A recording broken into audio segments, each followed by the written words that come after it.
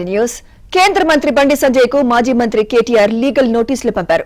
Phone tapping అంశంలో తనపై బండి సంజయ్ అసత్య ఆరోపణలు చేశారంటూ నోటీసులు పంపారు. కేంద్ర మంత్రిగా ఉన్న బండి సంజయ్ బాధ్యతారాహిత్యంగా మాట్లాడారని, తనపై చేసిన ఆరోపణలపై బండి సంజయ్ క్షమాపణలు చెప్పాలని కేటీఆర్ డిమాండ్ చేశారు.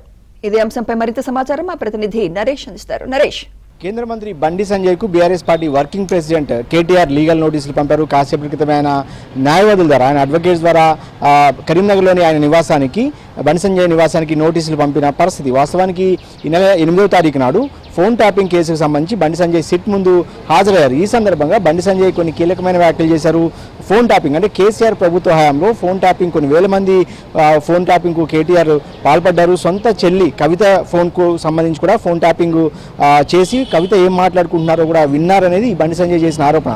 దాంతోపాటుగా బండి సంజయ్ ఎవరైతే చాలామంది సమాజంలో వివిధ వర్గాలకు చెందిన వారు కేటీఆర్ భయభ్రాంతులకు గురి చేశారు, ఫోన్ ట్యాపింగ్ చేసి వాళ్ళని బెదిరించారు. ఆ రోజుల్లో అంటే నార్మల్ కాల్స్ కాకుండా వాట్సాప్ కాల్స్ మాత్రమే మాట్లాడారు. కేవలం కేసీఆర్కు కేటీఆర్కు భయపడి ఇదంతా జరిగింది.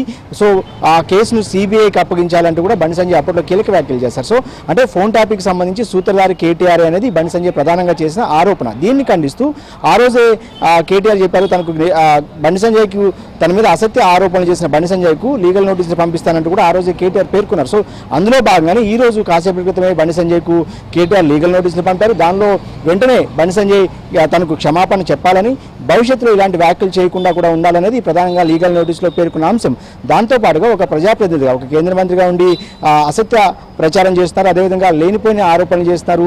ఒక వ్యక్తిని, ఒక ప్రజాప్రతినిధిగా ఉండి మరొక ప్రజాప్రతినిధిగా తన మీద కూడా ఇలాంటి ఆరోపణలు చేయడం సరైనది కాదనేది కేటీఆర్ పదే పదే చెప్తున్నమాట. ఇందులో భాగంగానే ఇప్పుడు క్షమాపణ కనుక చెప్పకపోతే ఖచ్చితంగా తదుపరి క్రిమినల్ చర్యలు కూడా ఏదైతే